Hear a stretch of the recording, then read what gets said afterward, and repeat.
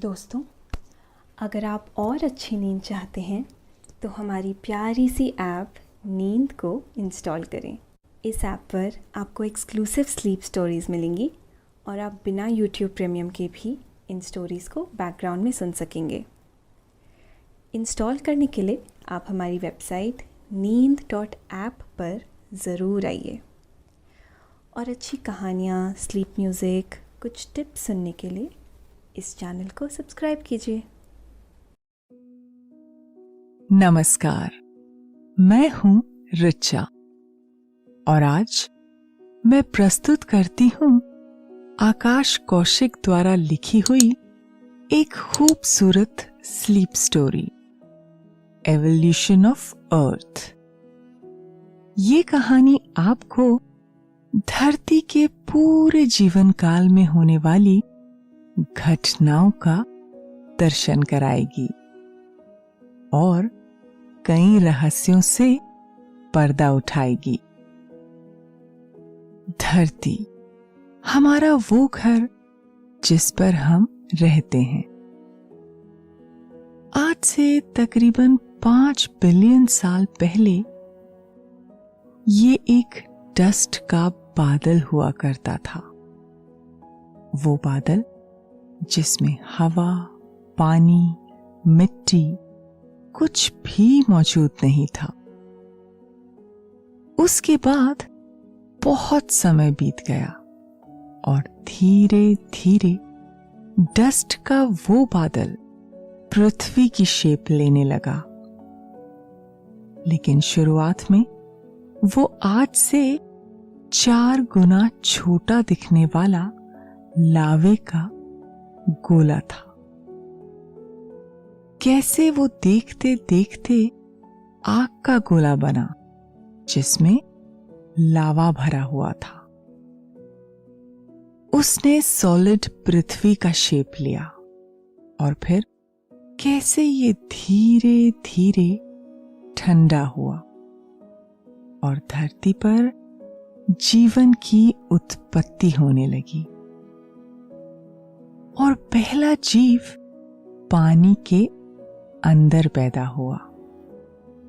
आइए जानते हैं आज के इस हैरत अंगेज सफर में जो आपको धरती की पूरी उम्र और सभी घटनाओं की यात्रा कराएगा। लेकिन पहले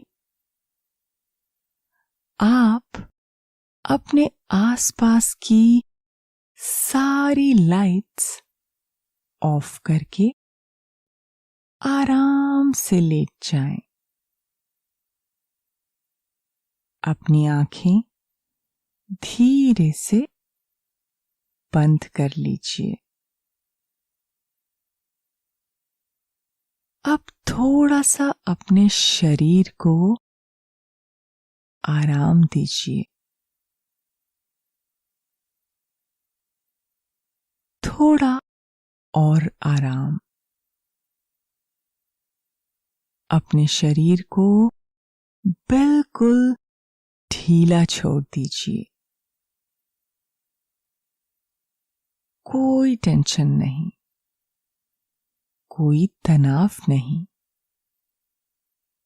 अपने दिमाग में चल रहे सभी विचारों को, चिंताओं को त्याग दें। एक शांति सी महसूस करें। सब नेगेटिव पॉजिटिव विचारों को धीरे धीरे निकाल दें। हाथों को सीधा करके अपनी कमर के साइड में रख लीजिए। अपनी सांस पर ध्यान लगाएं। इसको धीमी या तेज नहीं करना है, बस ध्यान देना है कि कैसे वो आपके अंदर प्रवेश कर रही है। और कैसे वो वापस आपके गले और नाक के माध्यम से वापस निकल रही है। आपका मन शांत, एकदम शांत होता जा रहा है। आप अच्छा महसूस कर रहे हैं। खुद को काफी हल्का फील कर रहे हैं। सब तरफ शांति है, सुकून है, खामोशी है। दोस्तों, अब से आप bed time stories, guided meditations, relaxing music, इन सब का आनंद नींद ऐप पर ही उठा सकते हैं। आज हम धरती की एक ऐसी विचित्र बायोग्राफी सुनने जा रहे हैं जो ऐसी घटनाओं का जिक्र करती है जो आपने कभी सोचा भी नहीं होगा। ये पहली विश्व की ऐसी बायोग्राफी है जो किसी के जन्म से पहले की सभी घटनाओं को दिखाती है, और वो हमारा सुंदर नीला ग्रह पृथ्वी है। इस बायोग्राफी का जिक्र सबसे पहले 1775 में इमैनुअल कैंट ने अपनी एक किताब में किया था। उस किताब का नाम था universal natural history and theory of the haven. इस बायोग्राफी में इन्होंने सोलर न्यूक्लियर डिस्क मॉडल को एक्सप्लेन किया है। इसके तहत हमें ये पता चलता है कि कैसे हमारा पूरा सोलर सिस्टम पहले एक डिस्क की तरह था, जिसमें सूरज के चारों ओर बहुत सारा डस्ट चक्कर लगा रहा था। धीरे धीरे डस्ट सॉलिड बनने लगा और ग्रह बनने लगे। ये सब बहुत ही लॉजिकल है और सचमुच अद्भुत भी। तो आइए जानते हैं इसके बारे में। आज से तकरीबन 6 बिलियन साल पहले जहां पर हमारा सोलर सिस्टम मौजूद है, वहां पर एक डस्ट का बहुत बड़ा बादल हुआ करता था। गैस से बने ऐसे बादलों को दरअसल नेब्यूला कहते हैं। ऐसे बादल तब बनते हैं जब किसी तारे का अंत हो रहा होता है और वो अपनी पूरी उम्र जी चुका होता है। उसके बाद उसमें एक विस्फोट होता है। उससे बहुत सारा मैटर यूनिवर्स में फैल जाता है। उस मैटर से ऐसे बादल बनते हैं। धीरे धीरे मैटर में मैटर जुड़ता गया और मैटर बढ़ने लगा और वो शेप लेने लगा। इसी के कारण इसमें ग्रेविटी भी पैदा होने लगी और ये एक गोल शेप लेने लगा था। गोल इसलिए क्योंकि यही ग्रेविटी का सिद्धांत है। ग्रेविटी की इक्वेशन के हिसाब से मास और ग्रेविटी एक दूसरे के डायरेक्टली प्रोपोर्शनल होते हैं। तब हमारे नेबुला में मैटर बढ़ता जा रहा था। तभी किस्मत से ऐसा हुआ कि हमारे नेबुला के नजदीक एक और बड़ा स्टार फट गया और सुपरनोवा बन गया, जिसके कारण उसका मैटर हमारे मैटर में जुड़ गया और उसने हमारे नेबुला को एक एंगुलर मोमेंटम दे दिया। बड़े स्टार के फटने की वजह से ऐसी शॉक वेव निकली जिसने हमारे नेबुला के सेंटर ऑफ ग्रेविटी को चकनाचूर कर दिया। अब हमारा नेबुला एक सर्कल जैसा बन गया जिसके अंदर कोई सेंटर ऑफ ग्रेविटी मौजूद नहीं थी, और सेंटर ऑफ ग्रेविटी ना होने की वजह से गोल गोल घूमता हुआ मैटर एक दूसरे से जुड़ने लगा और जुड़कर उसका मास बढ़ने लगा। मास बढ़ने की वजह से ग्रेविटी भी बढ़ने लगी और हमारा पूरा का पूरा नेबुला और उसका मैटर सिकुड़ने लगा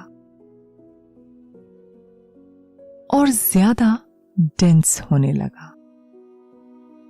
इसके कारण जो एंगुलर मोमेंटम हमें मिला था वो और भी ज्यादा तेज हो गया। धीरे धीरे मैटर सेंटर में इकट्ठा होने लगा और वहां का तापमान भी बढ़ने लगा, क्योंकि तापमान और प्रेशर एक दूसरे के डायरेक्टली प्रोपोर्शनल होते हैं। इससे सेंटर में मौजूद हाइड्रोजन मॉलिक्यूल एक दूसरे के संपर्क में आने लगे और अचानक से हीलियम गैस बनने लगी,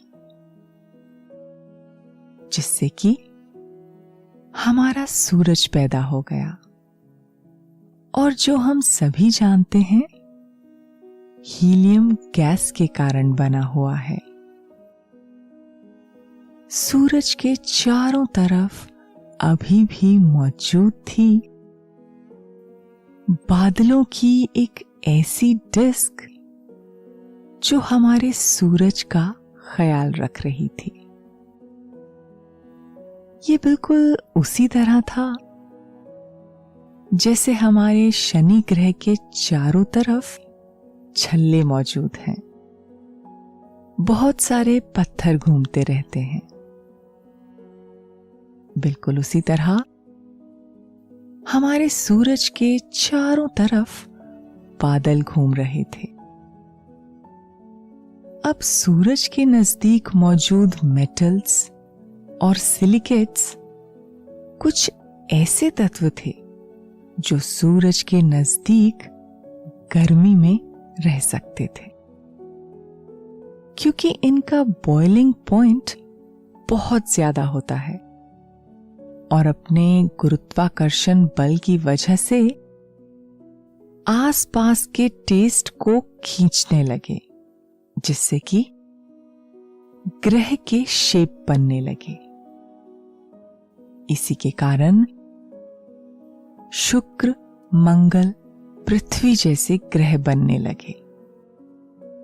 अब हुआ कुछ यूं कि जिन मॉलिक्यूल की तादाद बहुत ज्यादा थी और जो बहुत ही सेंसिटिव थे, सूरज के नजदीक नहीं रह सकते थे, तो वो सूरज से दूर जाने लगे और बड़े बड़े गैस के ग्रह जैसे कि बृहस्पति, शनि, यूरेनस और नेपट्यून ये बनने लगे। जो मॉलिक्यूल्स किसी के साथ जाकर नहीं मिले वो फ्रीली मूव करने लगे और आज भी एस्ट्रॉयड बनकर इधर उधर भटक रहे हैं। अब आपको लग रहा होगा कि ऐसे ही पत्थर से पत्थर टकराने के बाद ग्रह बने हैं, लेकिन शुरुआत में ऐसा होना बिल्कुल भी आसान नहीं था। हमारा सूरज जो पैदा हो रहा था, उसकी वजह से कुछ पत्थर आपस में टकरा रहे थे, जो उसके आसपास ग्रहों का रूप ले रहे थे। ये टकराव धीरे धीरे बहुत ज्यादा बढ़ने लगा और हमारे छोटे ग्रह जो सूरज के नजदीक हैं, जैसे कि बुध, शुक्र, पृथ्वी और मंगल जैसे ग्रह, ये बनने लगे। लेकिन ऐसा नहीं था कि केवल यही 4 ग्रह वहां पर मौजूद थे। 5वां ग्रह भी बन चुका था, जिसका नाम आज थिया रखा गया है। ये ग्रह मंगल से 4 गुना बड़ा था और बहुत ही ज्यादा गर्म भी था। इससे हमारी पृथ्वी अचानक टकरा गई, जो उस समय हमारे चांद के बराबर थी। इस घटना की वजह से उस बड़े ग्रह का बहुत सारा मैटर पृथ्वी के साथ जुड़ गया और पृथ्वी आज इतनी बड़ी हो गई। और जो मैटर बचा, वो चट्टान हमारे चांद का रूप लेकर पृथ्वी के चारों तरफ चक्कर लगाने लगी। और इस घटना को बिग स्प्लैश का नाम दिया गया। अब हमारी पृथ्वी बहुत बड़ी हो चुकी थी, जिसके कारण उसका गुरुत्वाकर्षण भी बढ़ चुका था। इसकी वजह से उसके पास मौजूद बहुत सारे पत्थर उल्का पिंड के रूप में पृथ्वी पर गिरने लगे। पृथ्वी पर जैसे उल्का पिंडों की बारिश होने लगी। इनसे पैदा होने वाली गर्मी की वजह से हमारी धरती फिर से लिक्विड होने लगी, जो अब तक सॉलिड हो चुकी थी और पूरी तरह से लावा से भर गई। ऐसा कई हजार सालों तक चला।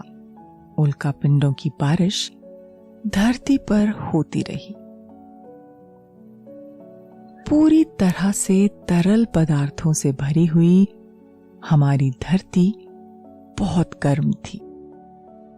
उस तरल के अंदर भारी चीजें डूब जाया करती थी और हल्की चीजें ऊपर की तरफ तैरने लगती थी, जिसके कारण हमारी धरती आज कई परतों में बनी हुई है। सेंटर से लेकर ऊपर तक धरती में मौजूद कई परतें हैं, जो इसे ऐसा बनाती हैं। कुछ गैसेस बहुत ज्यादा हल्की थी, इसलिए वो धरती से भी ऊपर उठकर एक बादल बनाने लगी, जिसने पूरी धरती को चारों तरफ से घेर लिया। और इसी बादल की वजह से एक ऐसा रक्षा कवच बना, जिससे धरती के अंदर अंदर जीवन पैदा होने के लिए हालात तैयार होने लगे। मगर ये गैसेस बहुत जहरीली थी। मगर धरती अभी भी जीवन पनपने के लिए ठीक नहीं थी, क्योंकि यहां बहुत ज्यादा जहरीली गैस मौजूद थी और हमारा वातावरण बहुत ज्यादा गर्म था, जहां किसी भी प्रकार का जीवन नहीं पनप सकता था। बहुत सालों के बाद धीरे धीरे जब हमारी धरती ठंडी होने लगी और उल्का पिंडों का गिरना भी बंद हो गया, जिसके कारण वातावरण जीवन के लिए अनुकूल बनने लगा और धीरे धीरे पूरी धरती जीवन पनपने के लिए तैयार होने लगी। लेकिन जैसा कि आप जानते हैं, जीवन को पनपने के लिए पानी बहुत जरूरी होता है। लेकिन उस समय पानी धरती पर मौजूद नहीं था। अगर वो था तो केवल गैस की फॉर्म में। जब धरती का वातावरण चारों तरफ से जहरीली गैसों से भरा हुआ था, तब उन गैसेस में पानी भी था, लेकिन वो गैस की शक्ल में था। जब हमारी धरती धीरे धीरे ठंडी होने लगी, तब उस गैस को संगठित होने का मौका मिल गया और धीरे धीरे एक ड्रॉप से दूसरा ड्रॉप मिलता चला गया और वातावरण में पानी बनने लगा। फिर घनघोर वर्षा शुरू हो गई, जिसके कारण पूरी धरती और ज्यादा ठंडी होने लगी और पानी से भर गई। तब पहली बार उस पानी में बैक्टीरिया का जन्म हुआ, जो एक बहुत आश्चर्यजनक घटना थी, जिसके कारण आज हमारा जीवन धरती पर मौजूद है और आप और हम ये कहानी सुन पा रहे हैं। पूरे ब्रह्मांड में ये घटना अत्यंत महत्वपूर्ण घटना थी। अब धीरे धीरे जीवन पनपने लगा और बैक्टीरिया बहुत अधिक मात्रा में पैदा होने लगे। वो बैक्टीरिया फोटोसिंथेसिस करते थे, जिसके कारण वातावरण में ऑक्सीजन पैदा होने लगी और धीरे धीरे ये ऑक्सीजन बढ़ने लगी और मात्रा इतनी बढ़ गई कि हमारी धरती पर ऑक्सीजन बहुत अधिक मात्रा में मौजूद हो गई और इसी ऑक्सीजन ने आगे चलकर ओजोन लेयर का निर्माण किया, जो पूरी तरह से ऑक्सीजन से बनी हुई थी। परंतु अभी भी कुछ ऐसे जीव मौजूद थे जो ऑक्सीजन पर जीवित नहीं रह सकते थे। इस कारण जो बैक्टीरिया धरती पर जीवन बना रहे थे, वही ऑक्सीजन की बहुत अधिक मात्रा के कारण चल बसे। अब बहुत सारे बैक्टीरिया पेड़ पौधों और जीवों में बदल रहे थे। जीव यूनिसेल्यूलर से मल्टीसेल्यूलर बनते चले गए। हमारी पूरी धरती को जीवन के लिए उपयुक्त बनने में बहुत अधिक समय लग गया। उसे जीवन के लायक बनने में तकरीबन 5 बिलियन साल लग गए, जो सुनने में बहुत ज्यादा लगता है, परंतु इस पूरे ब्रह्मांड के समय के हिसाब से ये केवल पलक झपकाने के बराबर का समय था। अब धीरे धीरे हमारी धरती का वातावरण जीवन के लायक बन चुका था और चारों तरफ हरा रंग छाने लगा था। ये हरा रंग भी इसी प्रक्रिया का एक हिस्सा था। इसी वैज्ञानिक प्रक्रिया के हिसाब से पेड़ पौधे और अधिक बढ़ने लगे। तरह तरह के फल और फूल धरती पर पैदा होने लगे। एक घटना दूसरी घटना को जन्म देती है और इसी सिद्धांत का सहारा लेकर हमारी धरती आगे बढ़ रही थी और हमारे रहने लायक वातावरण तैयार कर रही थी, हमारे खाने पीने की व्यवस्था कर रही थी, हमारे पहनने के लिए कपड़े की व्यवस्था कर रही थी, हमारे सांस लेने के लिए ऑक्सीजन की व्यवस्था कर रही थी और हमारे पीने के लिए पानी बना रही थी। सब कुछ बहुत ही उचित प्रक्रिया के हिसाब से हो रहा था। ये सब किसी चमत्कार से कम नहीं था। अब हमारा ग्रह, जो कभी सूरज की तरह लाल दिखाई देता था और आग से भरा हुआ था, लावे से भरा हुआ था, वो आज धीरे धीरे नीले रंग का दिखाई देने लगा था, क्योंकि ये नीला रंग धरती पर मौजूद पानी की वजह से था। जब बहुत अधिक वर्षा होने लगी तो जो बड़े बड़े गड्ढे पृथ्वी पर मौजूद थे वो उस पानी से भरने लगे और ये गड्ढे उल्का पिंडों के टकराने के कारण बने थे, जिसके कारण धरती पर समुद्र पैदा हो गए और उनमें पनपने लगा वो जीवन जिसकी हम सबको प्रतीक्षा थी, जिसके कारण हम सबका वजूद है। इसके बाद धरती पर मौसम बदलने लगे, वहां पर बादल बनने लगे। बादलों का नियम से आना, बरसात करना और चले जाना जैसे एक कहानी बन चुका था और यही सिलसिला चलता रहा और हमारी धरती कुछ कुछ आज जैसी बनने लगी। लेकिन वो बिल्कुल आज जैसी नहीं थी, इसमें बहुत अधिक अंतर था, क्योंकि उस समय के जीव जंतु आज के जीव जंतुओं से बहुत ही अलग थे। उस समय के पेड़ पौधे भी आज के पेड़ पौधों से बहुत अलग थे। शुरुआती जीव जंतु आकार में बहुत अधिक विशाल हुआ करते थे, क्योंकि उस समय धरती पर ऑक्सीजन की मात्रा बहुत ज्यादा थी और ऑक्सीजन की मात्रा की वजह से जीव जंतुओं का शरीर बहुत अधिक विशालकाय होता था,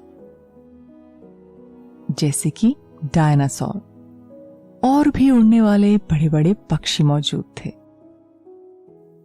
उस समय के पेड़ पौधे भी बहुत अधिक विशालकाय हुआ करते थे। धीरे धीरे धरती पर मौजूद ऑक्सीजन की मात्रा कम होती गई और जीव जंतुओं का शरीर और पेड़ पौधे छोटे होते गए। इसे लेकर वैज्ञानिकों ने हाल ही में एक प्रयोग भी किया था, जिसमें एक लैब के अंदर बहुत सारे चूहों को छोड़ दिया गया था और उन्हें बहुत अधिक मात्रा में ऑक्सीजन दिया गया। जिन चूहों को बहुत अधिक ऑक्सीजन दिया गया था वो शरीर और आकार में बहुत अधिक बढ़ गए थे। उनका शरीर विशालकाय था।